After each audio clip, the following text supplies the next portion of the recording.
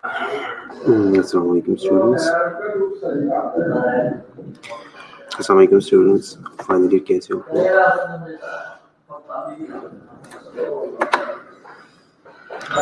Finally आवाज आ रही है?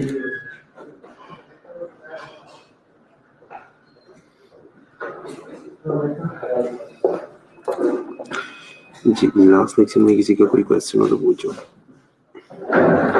लास्ट लेक्चर में हमने साइनर्जी मॉडल डिस्कस किया था। अगर किसी को कोई भी क्वेश्चन हो तो पूछो।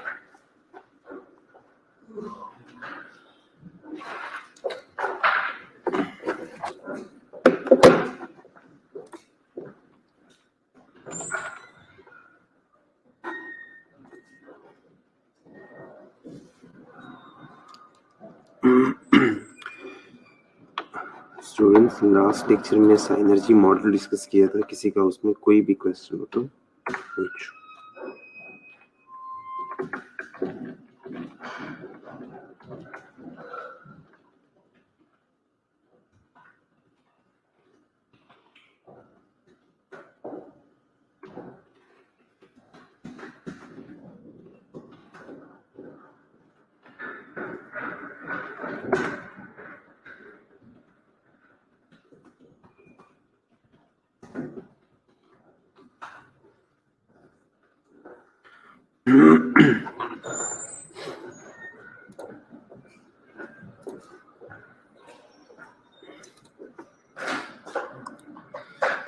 ओके, कोई क्वेश्चन नहीं है, ठीक है।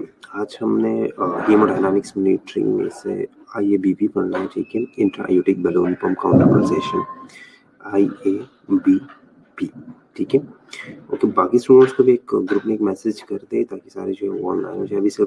अभी तक सिर्फ 4 स्टूडेंट्स जो है वो ऑनलाइन है।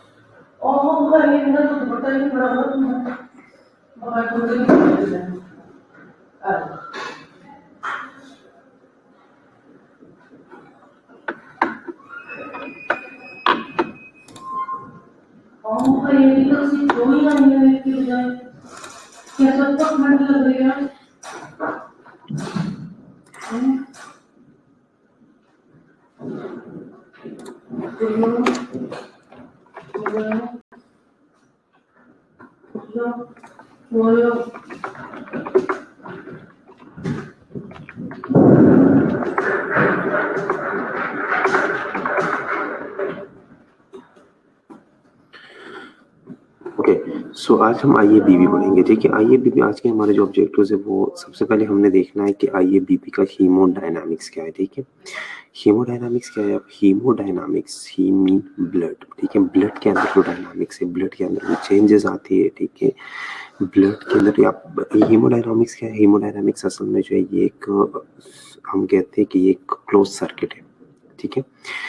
वो क्लोज सर्किट क्या करता है? वो क्लोज सर्किट इन्वायरमेंट को और आपकी बॉडी को दोनों को असेस करके, दोनों को जो है वो सिग्नल करके, दोनों को जो है वो परसीव करके, दोनों की सिग्नल को परसीव करके उन दोनों को जो है वो बैलेंस में रखता है, ठीक है। तो अब हीमोडायनामिक्स, ब्लड के अंदर जितने भी चेंजेस आते हैं, ब्लड फ्लो के अंदर वो सारी चीज़ें क्या है? वो हीमोडायनामिक्स है, जो कि मुख्तलिफ प्रेशर्स की वजह से जो है वो कंट्रोल में रहता है, ठीक है। तो सबसे पहले हमें देखना है कि IABP का हीमोडायनामिक्स है, ठीक है। उसके बाद जो है describe the haemodynamic benefit of properly time balloon pumping. ये जो हम बैलून पंप लगाते हैं, ये जो हम IABP लगाते हैं, इंट्रायोटिक बैलून पंप लगाते हैं, इसको हम क्या करते हैं? इसको हम सेट करते हैं स्पेसिफिक टाइम के साथ, ठीक है। अब अगर प्रॉपर्ली जो है उसे टाइम किया गया हो, अगर प्रॉपर्ली टाइम दे तो उसके कौन कौन से बेनिफिट्स होंगे, और अगर टाइम्ड नहीं है तो उसकी कौन कौन से जो है वो नुकसानात होंगे, ठीक है। कौन कौन सी कंडीशन जो है उसकी वजह से वर्स्ट हो सकते हैं, ठीक है। ओके, इसके अलावा हमने कब जो है वो IABP प्लेस करना है हमने, कब कब आईएबीपी जो है वो लगाना है, ठीक है। इसके इंडिकेशंस क्या है, इसकी कॉन्ट्राइंडिकेशंस क्या है और कॉम्प्लिकेशंस क्या क्या हो सकती है। अब जाहिर बात है हम एक एक्सटर्नल डिवाइस जो है वो प्लेस कर रही है बॉडी के अंदर, ठीक है। और अगर कोई भी एक्सटर्नल डिवाइस जो है वो आपकी बॉडी में आता है, चाहे वो कोई माइक्रो ऑर्गेनिज्म हो या चाहे वो जो है वो कोई बाहर से कोई मैकेनिकल कोई बड़ी डिवाइस हो, उसके खिलाफ जो है वो बॉडी ने क्या करना है, उसके खिलाफ बॉडी ने जो है वो एक्ट करना है, एक्शन करना है, ठीक है। वहाँ पे इन्फ्लेमेशन होगा, वहाँ पे जो है वो आपका जो डिफेंस मैकेनिज्म है वो उसको डिफेंड करेगा, उसको अपनी आपकी बॉडी को जो है वो डिफेंड करेगा और उस चीज़ के खिलाफ जो है वो एक्ट करेगा और उस चीज़ के खिलाफ जो है वो उसके ऊपर अटैक करके उसे बाहर निकालने या डेड करने की कोशिश करेगा, ठीक है। तो इसमें हम देखेंगे कॉम्प्लिकेशंस, तो उसकी वजह से जब हमारी बॉडी जो जब रिएक्ट करती है आगे से, ठीक है, तो उसकी वजह से कुछ कॉम्प्लिकेशंस जो है वो आ सकती है। या इसके अलावा कॉम्प्लिकेशन सिर्फ ये नहीं है कि हमारी बॉडी जो है रिएक्ट कर रही है उसकी वजह से आ रही है, लेकिन उसके अलावा जो है वो कोई मैकेनिकल कॉम्प्लिकेशंस हो सकती है, कोई जो है वो हाइड्रोजेनिक इन्फेक्शन हो सकती है, कोई जो है वो नोसोफॉन्गियल इन्फेक्शन उसकी वजह से हो सकता है, ठीक है। जो हेल्थ केयर प्रोवाइडर उसे डील कर रहा है उसकी वजह से कोई इन्फेक्शन हो सकता है, या डिवाइस के अंदर कोई अपनी खराबी जो है वो आ सकती है, तो मुख्तलिफ कॉम्प्लिकेशन जो है वो आ सकती है। फिर अगर एक पेशेंट है हमारे पास, उस पेशेंट को जो है वो इंट्रायोटिक बलून पंप जो है वो इसके अंदर प्लेस्ड है, तो हमारी एज ए नर्स जो है वो हमारी कौन कौन से रिस्पॉन्सिबिलिटीज होंगी जब हम आईएबीपी पेशेंट्स को डील करेंगे, ठीक है। Okay, so first of all, what is IABP? Intra-aortic balloon pump counter pulsation. अब इसको हम काउंटर पल्सेशन क्यों बोलते हैं? काउंटर पल्सेशन क्या है? ये क्या करता है? ये पल्सेट करता है, ठीक है। ये क्या करता है? ये पल्सेट करता है, ठीक है। ये इन्फ्लेट और डीफ्लेट होता है, इस वजह से हम क्या कहते हैं? काउंटर पल्सेशन बोलते हैं, ठीक है। ओके, स्टूडेंट अभी तक नहीं आ रहे, खैर है, क्यों, क्या हुआ?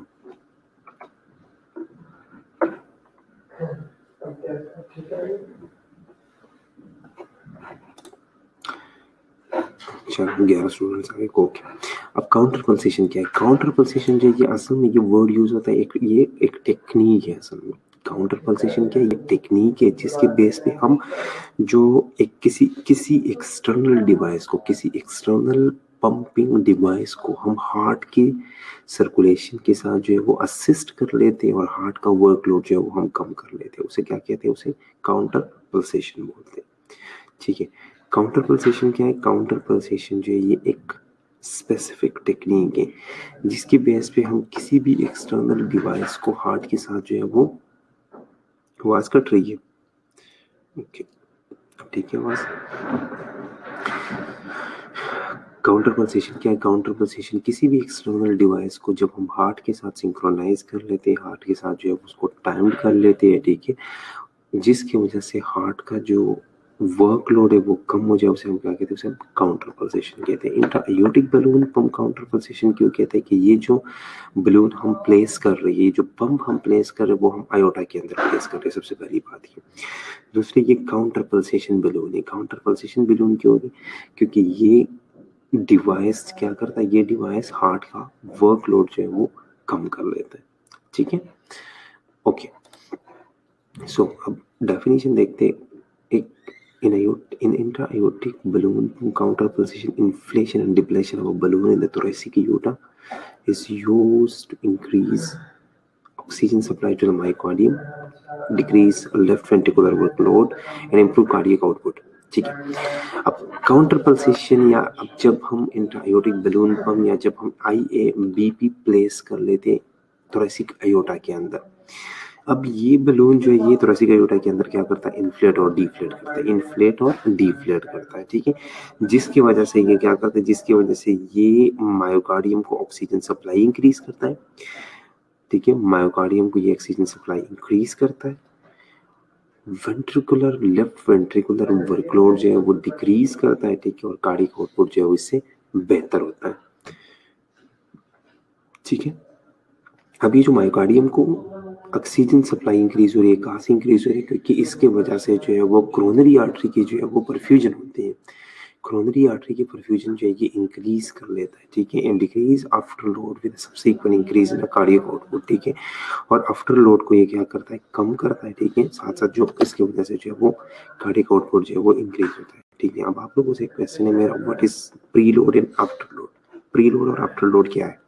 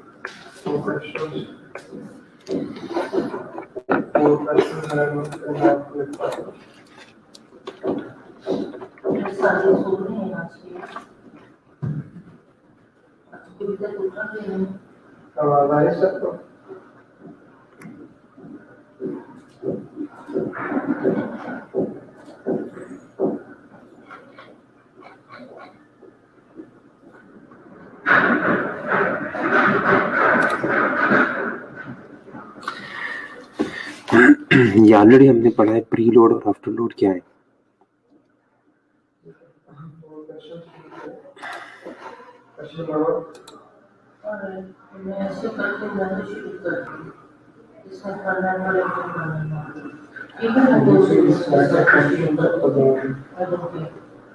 What are we going to study today?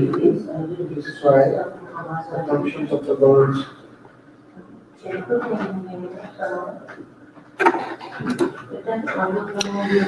Okay, जब एट्रियम में ब्लड आता है तो प्री लोड है, जब लेफ्ट वेंट्रिकल से निकल जाता है तो आफ्टर लोड है। इसके अलावा ये तो एक पुराना कॉन्सेप्ट है, इसके अलावा क्या है, ठीक है, pre load is the blood present in, ये पुराना कॉन्सेप्ट है एक, ठीक है। इसके अलावा दोनों आप ठीक कह रहे हो, गलत नहीं है आप लोगों का। इसके अलावा क्या है, what is preload and after load?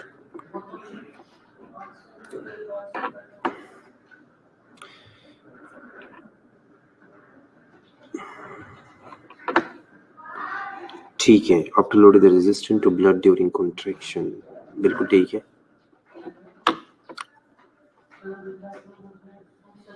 बाकी लोग सो रहे हैं।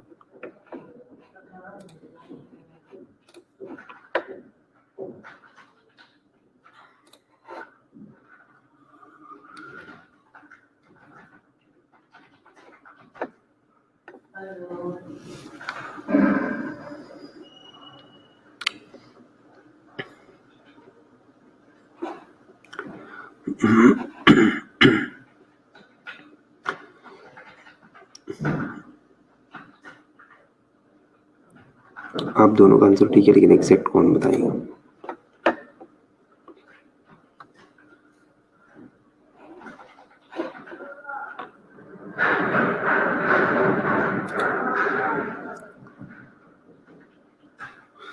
Amount of stretch experience by cardiac muscle is pre load. Shaista बिल्कुल ठीक कह रही हो, ठीक है।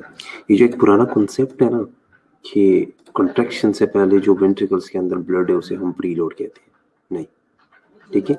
प्री लोड जो है ये वेंट्रिकुलर फीलिंग के साथ रिलेटेड है, लेकिन ये जो वेंट्रिकुलर फीलिंग या जो ब्लड है कॉन्ट्रैक्शन से पहले उसे हम प्री लोड नहीं कहते।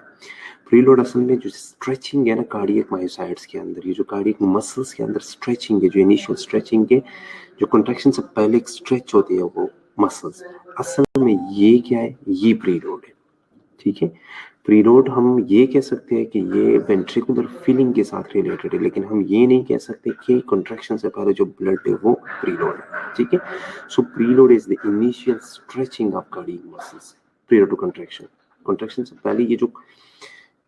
पहले ये जो मसल्स के अंदर स्ट्रेचिंग है ना फीलिंग की वजह से, उसको असल में हम प्री लोड कहते हैं, ठीक है। फीलिंग को प्री लोड नहीं कहते, फीलिंग की वजह से ये जो स्ट्रेचिंग है कार्डियक मसल्स के अंदर उसे प्री लोड कहते हैं, ठीक है। आफ्टर लोड क्या है?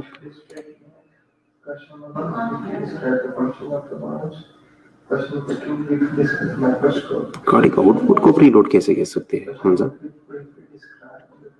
शाइस्ता बिल्कुल ठीक कह रही है। The amount of stretch experience by cardiac muscle is pre load during feeling ठीक है। फिलिंग के दौरान ये जो कार्डियक मसल्स के ऊपर स्ट्रेच पड़ता है ना, ये असल में प्रीलोड है, ठीक है। ओके, नहीं मेरी आवाज आपको उसमें वॉइस पे आ रही है, नहीं आ रही है, कौन आ रही है?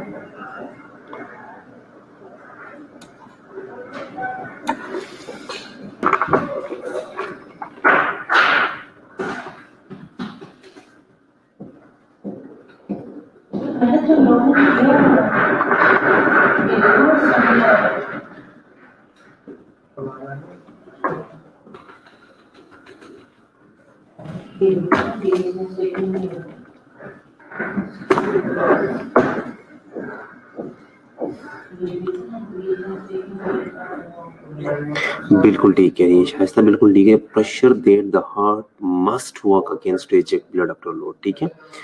वो फोर्स जिसके अगेंस्ट हार्ट ने जो है वो ब्लड इजेक्ट करना है, वो असल में क्या है, वो आफ्टर लोड है, ठीक है। बिल्कुल बिल्कुल ठीक कह रही है। Afterload force is against which heart contract to eject blood, ठीक है।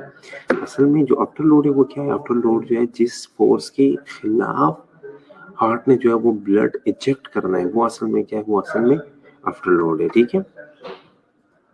फोर्स है ये स्ट्रेचिंग फोर्स है, वॉल्यूम नहीं है हमजा, ये फोर्स है, वॉल्यूम नहीं है, ठीक है।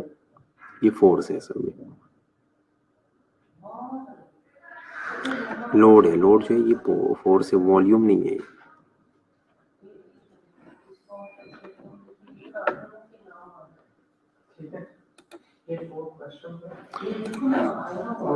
ठीक है।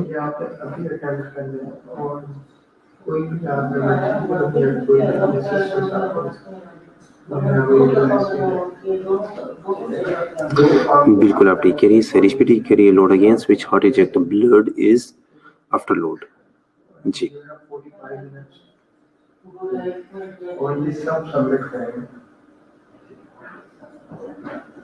प्री लोड इंक्रीज हो तो कार्डियक आउटपुट इंक्रीज होगा,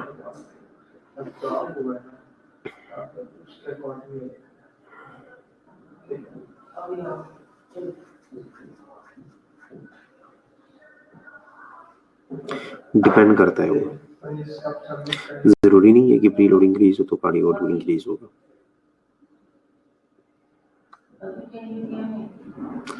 हम ये कह सकते हैं कि आफ्टर लोड अगर कम हो तो कार्डियक आउटपुट इंक्रीज होगा, क्योंकि अगर आगे से रेजिस्टेंस कम है तो कार्डियक आउटपुट इंक्रीज हो सकता है। ये नहीं कह सकते कि अगर प्री लोड इंक्रीज है तो कार्डियक आउटपुट इंक्रीज होगा, जरूरी नहीं है कि एक जगह पे जो है वो ज्यादा स्ट्रेचिंग है तो आगे जो है, अब फॉर एग्जांपल इधर जो है वो प्री लोड इंक्रीज है लेकिन आगे से आफ्टर लोड बहुत ज्यादा इंक्रीज है, तो कार्डियक आउटपुट कैसे इंक्रीज होगा, हार्ट जो है वो उस प्रेशर को जो है वो कंप्लीट नहीं कर पाएगा, ठीक है। तो प्री लोड का और कार्डियक आउटपुट को हम इस तरह जो है वो हम इस तरह एक रिलेट नहीं कर सकते। हाँ, अब आफ्टर लोड को कर सकते हैं। आफ्टर लोड अगर कम हो तो कार्डियक आउटपुट इंक्रीज हो सकता है, ठीक है। क्योंकि आफ्टर लोड असल में क्या है कि आफ्टर लोड असल में जो ये एक रेजिस्टेंस है जिसके खिलाफ हार्ट ने काम करना है, ठीक है। तो अगर आफ्टर लोड डिक्रीज हो तो कार्डियक आउटपुट जो है वो इंक्रीज होगा। चलो मैं यहाँ पे आप लोगों को समझा भी देता हूँ। अब फॉर एग्जाम्पल ये क्या है, ये लेफ्ट वेंट्रिकल है। अब इसके अंदर ये जो स्ट्रेचिंग है ना मसल्स की, ये जो स्ट्रेच हो गई है फिलिंग के दौरान, ये मसल जो स्ट्रेच हो गई है, ये असल में क्या है, ये है प्रीलोड, ये प्रीलोड है। अब आफ्टर लोड क्या है, आफ्टर लोड यहाँ पे जो रेजिस्टेंस है, यहाँ पे जो रेजिस्टेंस है वो क्या है, वो आफ्टर लोड है जिसके खिलाफ हार्ट ने काम करना है, ठीक है, जिसके खिलाफ हार्ट ने काम करना है। अब ये क्या, इसको हमने क्या बोल दिया, रेजिस्टेंस बोल दिया। ये हमने क्या कहा कि ये क्या है, ये रेजिस्टेंस है। अब ये रेजिस्टेंस अगर कम होगा, ये रेजिस्टेंस अगर कम होगा तो कार्डियक आउटपुट जो है वो इंक्रीज होगा, ठीक है, क्योंकि हार्ट ने इसके खिलाफ काम करना है, ठीक है। समझ आ रही, हार्ट ने क्या करना है, इसके खिलाफ काम करना है, ठीक है। आप लोग जो है वो सारे एक दरवाजे से बाहर निकल रहे हो, ठीक है, आगे से जो है वो रेजिस्टेंस ज्यादा है, तो आप लोग आसानी से निकल पाओगे नहीं, आप लोगों को ज्यादा जोर लगाना पड़ेगा, ज्यादा काम करना पड़ेगा, ज्यादा वर्कलोड करना पड़ेगा, ठीक है। लेकिन अगर आगे से रेजिस्टेंस कम है तो आप लोग आसानी से जो है वो बाहर जा सकते हो, ठीक है। सो आफ्टर लोड जो है एक्चुअली आफ्टर लोड जो है वो रेजिस्टेंस है जिसके खिलाफ हार्ट ने काम करना है, ठीक है। तो जितना आफ्टर लोड कम होगा, जितना आगे से रेजिस्टेंस कम होगा, उतना जो है वो कार्डियक वर्कलोड जो है वो कार्डियक आउटपुट जो है वो बेटर होगा, ठीक है, कार्डियक आउटपुट जो है वो इंक्रीज होगा।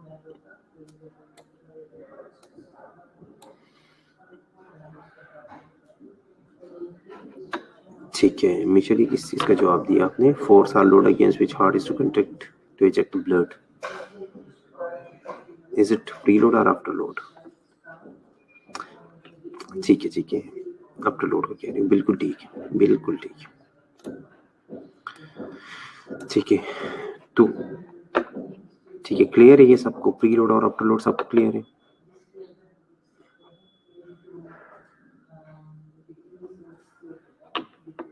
यहाँ तक किसी भी बच्चे का कोई भी क्वेश्चन हो तो पूछो। प्रीलोड आफ्टर लोड ये सबको क्लियर है?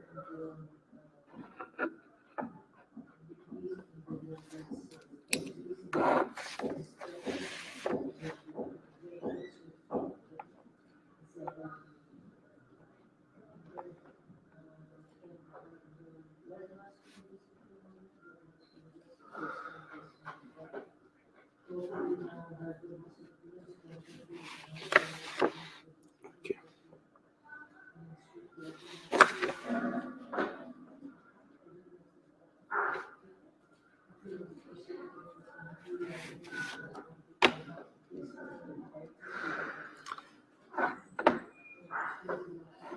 ठीक है, ओके, कुछ बच्चे जो अभी ऑनलाइन हो, इनका अगर किसी लास्ट लेक्चर में भी किसी का कोई क्वेश्चन हो तो पूछ सकते हो, ठीक है, ओके। चलिए, अब आप लोग ये देखें, ये सामने जो पिक्चर आप लोगों को नजर आ रही है, ये क्या है? ये इंट्रायोटिक बलून है, ठीक है, ये इंट्रायोटिक बलून है, ये आप लोग एक दफा देख लो, ठीक है। ये नजर आ रहा है आप लोगों को, ये बलून है, ये देखो, ये देखो, ठीक है। बाकी जो है ये इसका कैथेटर है। चलो, अब ये देखें, ये क्या है? ये आयोटा है, ठीक है। अब आयोटा के अंदर जो है वो IABP प्लेस्ड है, ठीक है। लेकिन ये IABP जो है, ये इंट्रायोटिक बलून पंप जो है, ये यहाँ पे क्या है? ये इन्फ्लेट है, ठीक है। और यहाँ पे ये क्या है? ये डीफ्लेट बलून जो है यहाँ पे पड़ा हुआ है, ठीक है। अब डीफ्लेट जो है वो सिस्टोल के अंदर होता है और इन्फ्लेट कब होता है? डायस्टोल के अंदर। डायस्टोल के अंदर ये इन्फ्लेट होता है और सिस्टोल के अंदर जो है ये डीफ्लेट होता है।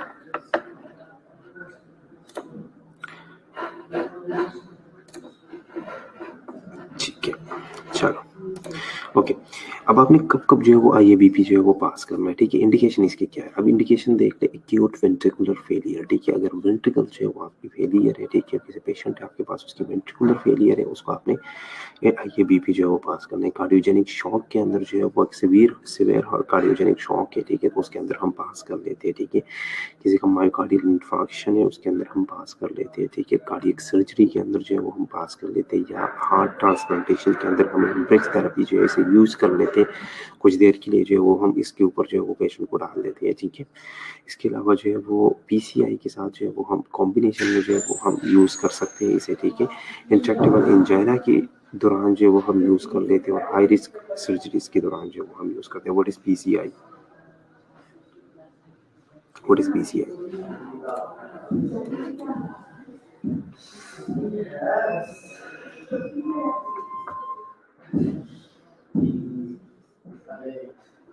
What is PCI?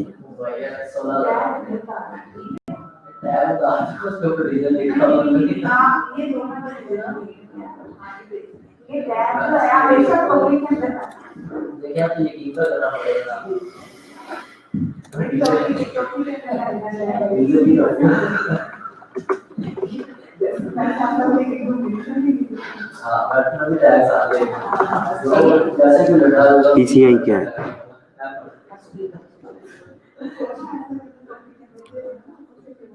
ये ऑलरेडी आप लोगों ने पढ़ा, इसलिए मैं क्वेश्चंस पूछ रहा हूँ, क्योंकि ऑलरेडी ये चीज आप लोग पढ़ चुके हैं। ठीक है,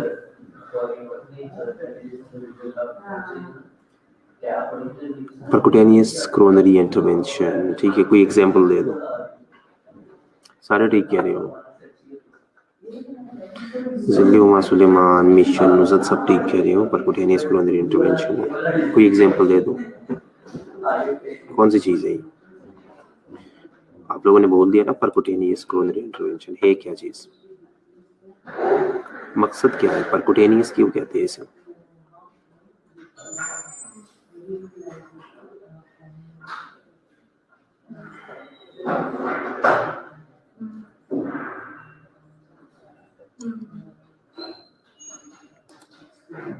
कैथेटराइजेशन, स्टंटिंग, स्टंट प्लेसमेंट।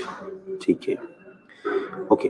अब परकुटेनियस जितनी भी है ना, परकुटेनियस के अंदर हम क्या करते हैं, ये नॉन सर्जिकल प्रोसीजर्स होते हैं। ठीक है, परकुटेनियस के नॉन सर्जिकल प्रोसीजर होते हैं, इसमें हम एक स्मॉल स्टंट या हम एक स्मॉल कैथेटर के जरिए जो है एक स्टंट प्लेस कर लेते हैं। ठीक है, अब स्टंटिंग प्लेसमेंट को एंजियोप्लास्टी, ठीक है, लाइबा कह रही है एंजियोप्लास्टी। ठीक है, एंजियोग्राफी क्या है? बाईपास हम नहीं, बाईपास सुलेमान क्या कह रहे हो? बाईपास नहीं है ये, स्टंटिंग के, स्टंटिंग कैथेटर। स्टंटिंग असल में क्या है, स्टंटिंग के अंदर हम एक कैथेटर प्लेस कर लेते हैं। ठीक है, जहाँ पे प्लेग बना होता है, जहाँ पे जो है वो आपकी आर्टरी जो है वो नैरो हुई होती है, वहां पे जो है वो हम उसको ब्रॉड अप कर लेते हैं, बस खोल लेते हैं उसको सिर्फ। Start bypass. लिम्स की वास्कुलर के थ्रू जाना है, बिल्कुल ठीक है। अपर लिम से भी हम कर लेते हैं। सबसे पहले जो हमारा जो फर्स्ट अटेम्प्ट होता है वो अपर लिम से होता है। ठीक है, अगर वहां से नहीं होता तो फिर हम लोअर लिम्स की तरफ जो हो जाते हैं।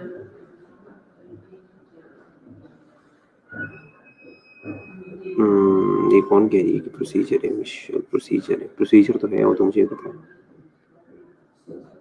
नहीं, सर्जिकली नहीं है ये सर्जिकली नहीं, इसमें कट वगैरह नहीं लगाया जाता।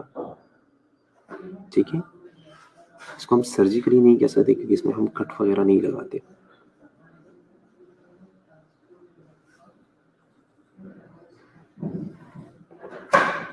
ठीक है,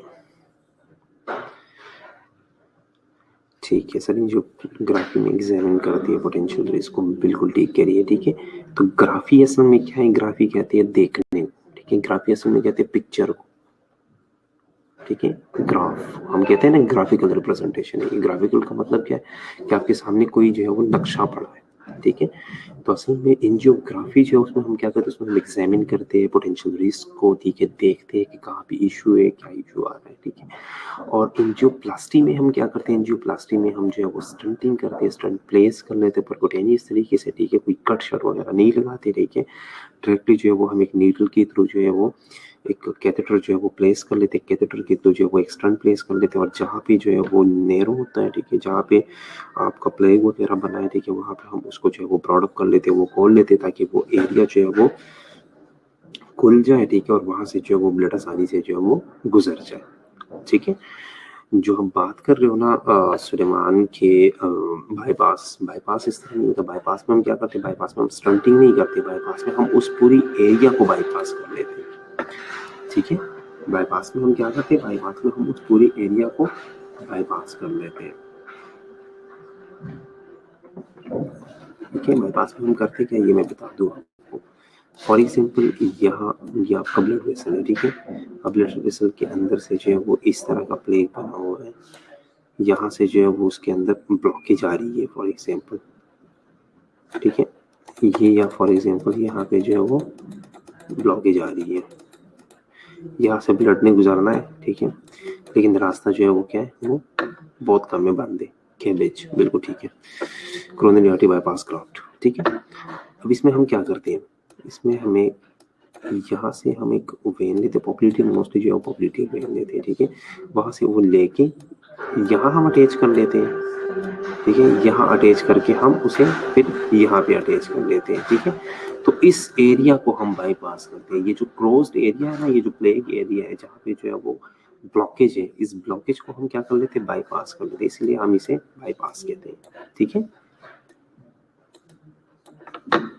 समझ आ गई, किस तरह को एक अंडरपास या जो फ्लाईओवर वगैरह होते हैं, सेम इसी तरह ही, ओके। अच्छा है, सो अब इसके अलावा इंट्रैक्टेबल एंजाइना के अंदर जो है वो कर लेते हैं, what is intractable angina.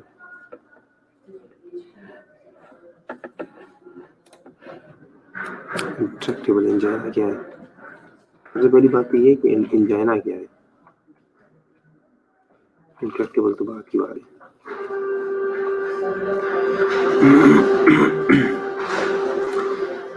What is intractable angina,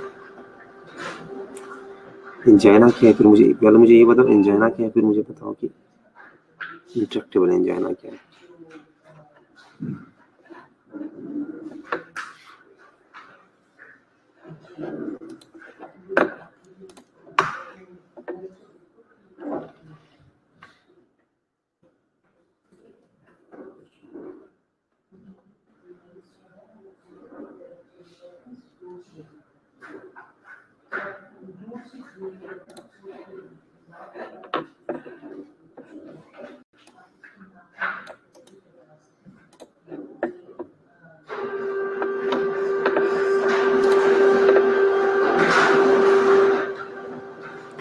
Michel गैरे intractable angina is refractory angina. Refractory हम मोस्टली जो है वो एक क्रोनिक कंडीशन को कहते हैं कि जिसका 3 मंथ से ज्यादा जो है वो ड्यूरेशन,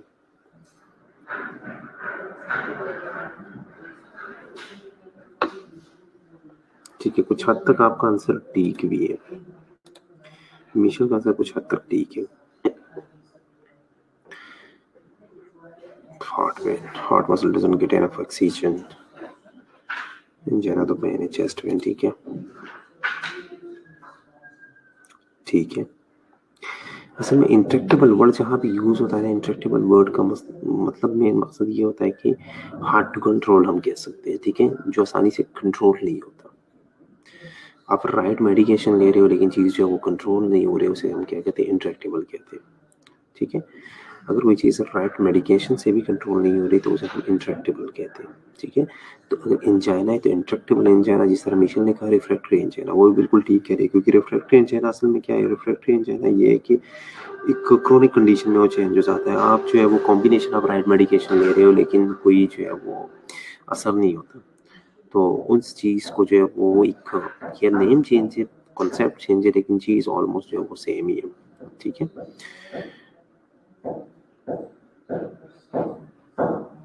बिल्कुल ठीक कह रही है, ठीक है, हार्ट अटैक टाइप है, ठीक है, असल में एंजाइना चाहिए चेस्ट पे, ठीक है, एंजाइना चाहिए चेस्ट पे due to poor blood flow, okay okay. Shaista कह रहे intractable angina is uncontrollable angina, बिल्कुल ठीक है, ओके ओके ओके, सारे बिल्कुल ठीक कह रहे हो। चलिए नेक्स्ट हम देखते हैं अब इंडिकेशन फॉर IABP, ठीक है, कार्डियोजेनिक शॉक के अंदर एसोसिएटेड विद एक्यूट MI, ठीक है, mechanical complication of MI, MR and VSD, ठीक है। कार्डियोजेनिक शॉक, सबसे पहली बात ये है कि कार्डियोजेनिक शॉक किस वजह से आता है, ठीक है, तो कार्डियोजेनिक शॉक जो है वो MI की वजह से कार्डियोजेनिक शॉक हो सकता है, कोई मैकेनिकल कॉम्प्लिकेशन हो सकते हैं MI, MR और VSD के। MI क्या है, मायोकार्डियल इन्फॉर्मेशन, MR क्या है, मेट्रल रिगर्जिटेशन, ठीक है। इसके अलावा VSD क्या है, वेंट्रिकुलर सेप्टल डिफेक्ट, ठीक है। तो इन चीजों की वजह से जो है वो कार्डियोजेनिक शॉक हो सकता है, उसके अंदर जो है वो हम IABP जो है वो प्लेस कर सकते हैं, ठीक है। The next one is in association with cabbage, वही बात आ गई कैबेज की, ठीक है, कोरोनरी आर्टरी बाईपास ग्राफ्ट, ठीक है। तो आप कैबेज के अंदर आप कब प्लेस कर सकते हैं, प्री ऑपरेटिव इंसर्शन, ठीक है, प्री ऑपरेटिव हम इंजर्शन कर सकते हैं patient with severe LV dysfunction, ठीक है, अगर किसी को सीवियर एलवी डिस्फंक्शन है, ठीक है, लेफ्ट वेंट्रिकुलर जो है वो डिस्फंक्शन है, तो हम उन लोगों को जो है वो प्री ऑपरेटिव जो है वो आईएबीपी इंसर्ट कर लेते हैं, ठीक है। इसके अलावा जो है वो अगर किसी को इंट्रैक्टिव इस्कीमिक एरिथमियाज है, ठीक है, किसी को जो है ऐसी एरिथमियाज है जो कि कंट्रोल नहीं हो रहे, तो उन लोगों में जो है वो हम प्लेस कर लेते हैं। अब पोस्ट ऑपरेटिव किन लोगों में इंसर्ट कर लेते हैं? पोस्ट ऑपरेटिव जो है वो हम पोस्ट कार्डियोटोमी, कार्डियोजेनिक शॉक, ठीक है, अगर किसी की कार्डियोटोमी की है हमने, ठीक है, कोई एरिया जो है वो हमने कट किया है, ठीक है, तो उन लोगों में जो है वो हम क्या कर लेते हैं, उनमें कार्डियोजेनिक शॉक के चांसेस होते हैं, उन लोगों में जो है वो हम इसे प्लेस कर लेते हैं, ठीक है। इसके अलावा जो in association with non surgical revascularisation, अब नॉन सर्जिकल रीवैस्कुलराइजेशन के अंदर जो हम ये पेश करते हैं कोई ऐसा प्रोसीजर जो नॉन सर्जिकल प्रोसीजर, लेकिन इसमें हम जो है वो वेसल को जो वो रीवैस्कुलराइज करते हैं, ठीक है, तो उन चीज़ों में जो हम इसे प्लेस करते हैं। ये डायनामिकली अनस्टेबल इन्फार्क्ट पेशेंट, ठीक है, किसी को जो है वो इन्फार्क्ट है, इन्फार्क्ट का मतलब क्या है, व्हाट इज इन्फार्क्ट? हाँ, अपलोड तो हो रही है मेरे ख्याल में। जी बिल्कुल अपलोड हो रही है। अच्छा, आप लोग मुझे ये बताओ कि हमने फाइनल ईयर के लिए कोई साइट बनाया है, साइट डिजाइन किया था हमने फाइनल ईयर सीसीएन के लिए? फाइनल ईयर सीसीएन के लिए हमने साइट डिजाइन किया था, गूगल साइट।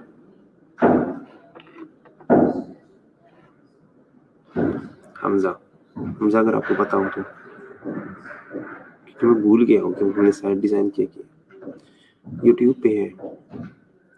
यूट्यूब पे कहाँ पे? यूट्यूब पे आप लोग अपना चैनल है, नहीं किया डिजाइन इसके लिए? अच्छा चलो मैं आज देख लेता हूँ, आज मैं उसके लिए डिजाइन कर लेता हूँ, ठीक है। यूट्यूब पे आप लोग का अपना चैनल है, ठीक है, फाइनल ईयर बीएसएन के नाम से शायद, वो मैं लिंक आप लोगों को सेंड कर दूंगा। आप लोग के यूट्यूब चैनल का मैं लिंक आप लोगों को सेंड कर दूंगा, ठीक है। क्या पहली दफा सुन रही है? सब पहली दफा आई होगी इसलिए आप पहली दफा सुन रही है। नहीं एसीएलएमएस वाला नहीं, एसीएलएमएस की मैं बात नहीं कर रहा।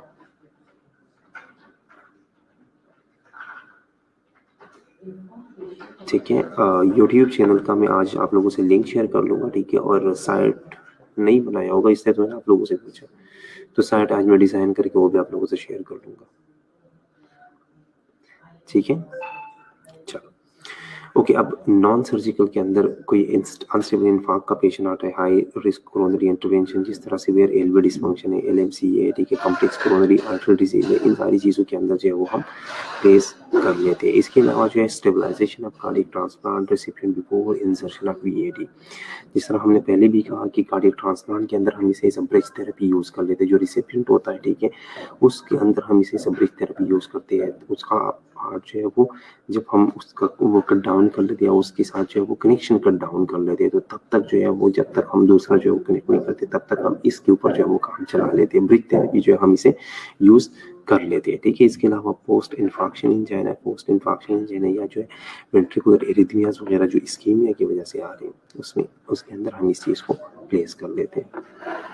Final pro BSN YouTube channel है, हाँ ऐसा ही कुछ होगा, फाइनल प्रो बीएसएन ही होगा।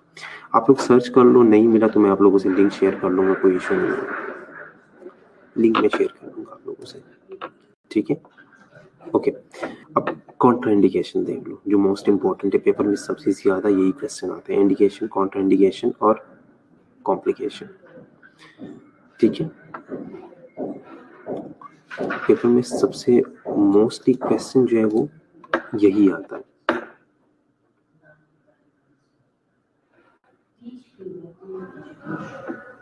ठीक है, पोस्ट इन्फार्क्शन इंजाइना, ठीक है, एक बच्चे का क्वेश्चन है, what is post infarction angina? Post infarction angina असल में जो है ना इस्कीमिक, अब फॉर एग्जांपल मिनिमल एक्टिविटी आप कर रहे हो, ठीक है, आप मिनिमल एक्टिविटी कर रहे हो, मिनिमल एक्टिविटी के बाद जो है वो एक चेस्ट पेन जो है वो शुरू होगा, ठीक है।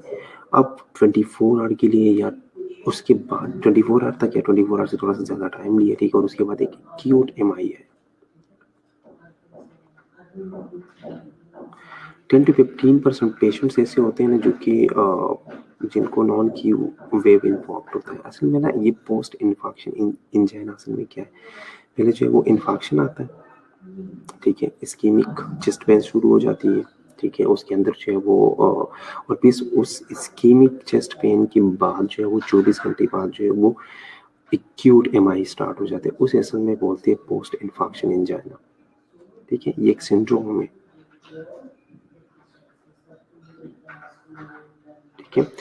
रेस्ट में जो है वो इस्कीमिक चेस्ट पेन शुरू हो जाता है, या कोई भी किसी भी मिनिमल एक्टिविटी के साथ आप रेस्ट में, ठीक है, आप जो है वो किसी कोई मिनिमल एक्टिविटी कर रहे हैं, आपके अंदर जो है वो इस्कीमिक चेस्ट पेन शुरू हो गया, ठीक है, और 24 घंटे बाद जो है वो 24 घंटे या और ज़्यादा से ज़्यादा 30 घंटे तक के अंदर अंदर जो है वो आपके अंदर जो है वो एक्यूट एमआई आपको जो है वो हो जाता है, खुदा न वास्ता, ठीक है। तो इन चीज़ों के अंदर इसे क्या कहते हैं, इसे पोस्ट इन्फेक्शन एंजाइना कहते हैं। कोई भी पेशेंट आपके पास आते हैं वो आपको कहता है कि मुझे जो है वो पहले चेस्ट पेन शुरू हुआ, ठीक है, मैं कोई काम नहीं कर रहा था, मैं बिल्कुल रेस्ट पे था, ठीक है, और 24 घंटे बाद जो है एक सीवियर जो है वो एमआई हो गया, ठीक है, तो वो असल में क्या है, वो पोस्ट इन्फेक्शन एंजाइना है, ठीक है, ओके। वो थर्ड ईयर का था, वो थर्ड ईयर का आप लोगों का लिंक था, वो तो आप लोगों को ऑलरेडी पता है, तो सबको याद भी होगा, वो तो मुझे भी याद है। नहीं, मुझे भी यही लग रहा है, अब आप लोग कह रहे हो कि नहीं बनाया ना, मैंने आप लोगों से डिस्कस किया था कि हम लिंक इसके लिए साइट जो है वो डिज़ाइन कर रहे हैं, लेकिन फिर हमने डिज़ाइन नहीं किया था, मुझे याद होगा, तो मुझे सिर्फ थोड़ी सी कन्फ्यूजन थी, इसलिए मैं आप लोगों से कंफर्म कर रहा था, ठीक है, तो आज वो मैं डिज़ाइन करके आप लोगों से शेयर कर लूँगा।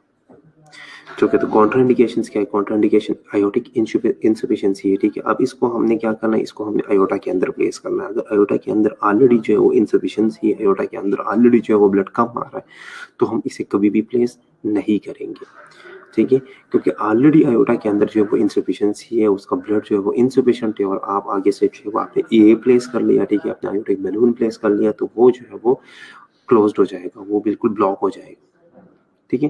The next one is severe peripheral vascular occlusive disease, ठीक है, अगर पेरिफेरल वेसल्स के अंदर से जो है ये हम प्लेस कर लेते हैं, ठीक है, पेरिफेरल वेसल्स के जरिए हम इसे प्लेस कर लेते हैं, तो अगर वहाँ पे जो है वो कोई ओक्लूसिव डिजीज है, वहाँ पे कोई ओक्लूजन है, ठीक है, तो फिर भी हम इसे प्लेस नहीं करेंगे। इसके अलावा आयोटिक इनोरिज्म है, ठीक है, व्हाट इज इनोरिज्म, इनोरिज्म असल में क्या है, इनोरिज्म इसे कहते हैं, फॉर एग्जांपल ये लेयर है ब्लड वेसल का, ठीक है, ये ब्लड वेसल है फॉर एग्जांपल, डबल लेयर है, अब यहाँ पे ना कोई कट लग गया, ठीक है, तो ब्लड इसके बजाय जो इसके अंदर जाना शुरू हो गया, ठीक है, तो ये यहाँ से भी जो है ये इस तरह स्वेल हो जाएगा, यहाँ से जो है ये भी इस तरह हो जाएगा, ठीक है, ठीक है, क्योंकि इस लेयर के अंदर ही ब्लड जा रहे हैं, एनोरिज्म होता है, डायलेट हो जाता है फिर, ठीक है, नॉर्मल डायलेशन नहीं, इट्स एबनॉर्मल डायलेशन, ठीक है, स्वेल हो जाता है बिल्कुल, तो उसे हम एयोटिक एनोरिज्म कहते हैं, ठीक है। तो आयोटिक एनोरिज्म अगर है, ठीक है, आयोटिक डाइसेक्शन है, कोई कट वगैरह लगा है, ठीक है, लिम्स के अंदर कोई इस्कीमिया, ठीक है, क्योंकि लिम्ब वेसल्स के जरिए जो है ये आपने इसे पास कर देना है, तो अगर लिम्फ स्कीम है तो आप इसे पास नहीं कर सकते, ठीक है, या थ्रम्बो एम्बोलिज्म है, ठीक है, कोई थ्रम्बस है, कोई एम्बोलिस है, ठीक है, तो आप इसे पास नहीं कर सकते, ठीक है। यहाँ तक कोई क्वेश्चन?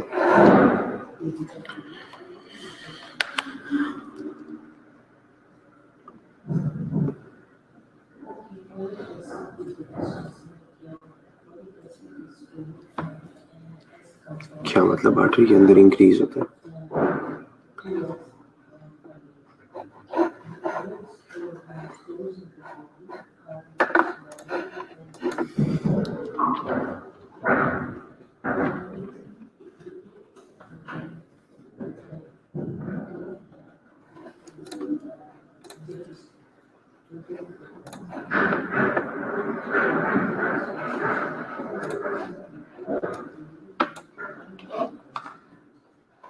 मुझे समझ नहीं है, दोबारा पूछो क्वेश्चन।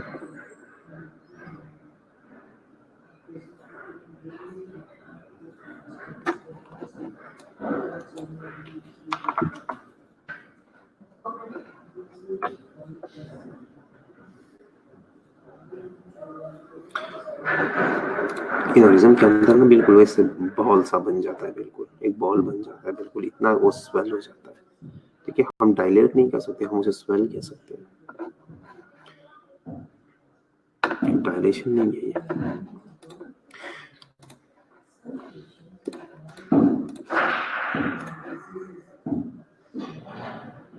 जिस तरह ना कि बलून बन जाता है, बलून बल्ब बन जाता है आयोटा के अंदर, मोस्टली ये लार्ज आर्टरीज के अंदर होता है।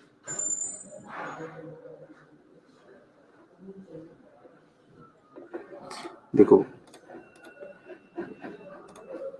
मैं यहाँ पे आप लोग को एक्सप्लेन करता हूँ, बताया भी ये देखो, ये जिस तरह लेयर्स है, 3 लेयर्स है, ठीक है, आयोटा की। इस तरह भी यहाँ पे भी ये 3 लेयर्स हो गए, ठीक है। अब ब्लड यहाँ से जा रहा है, ठीक है, यहाँ पे कोई कट लग गया, फॉर एग्जाम्पल यहाँ पे जो है वो ये कट लग गया। अब ब्लड जो है वो यहाँ के बजाय जो है वो ब्लड इधर अंदर जाना शुरू हो गया, ठीक है।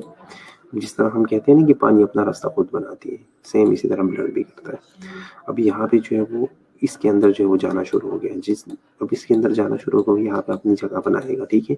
यहाँ पे जो है वो स्वेलिंग स्टार्ट हो जाती है। अब यहाँ पे अंदर की तरफ जो है वो इस तरह ये बंद होना शुरू हो जाता है, ठीक है, ये स्वेलिंग शुरू हो जाती है। और यहाँ पे अब ये इर्द गिर्द सारा वो कंप्लीट लेयर्स होंगे ना, इर्द कंप्लीट लेयर्स होंगे, तो ये एक बलून सा इस तरह बन जाता है, क्योंकि कंप्लीट ये जो आर्टरी है ना, जो लार्ज आर्टरी, ये बिल्कुल एक बलून बन जाता है, ठीक है। और वो रप्चर होने की बड़ी चांसेस होते हैं, वो रप्चर हो सकता है, ठीक है। किसी का कोई क्वेश्चन हो तो पूछे, तब तक मैं हम लोग की अटेंडेंस मार्क कर दूँ।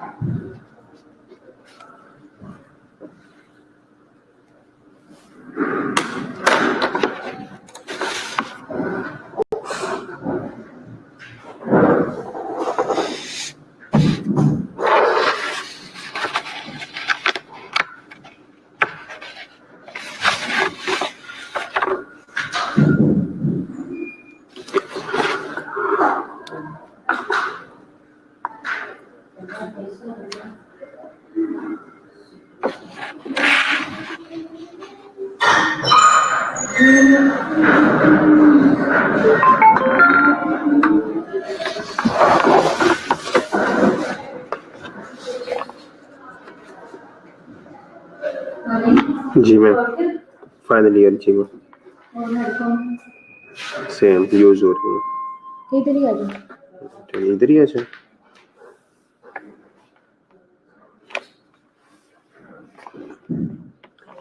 इधर ही आ जाइए, सिस्टम चल ही रहा है।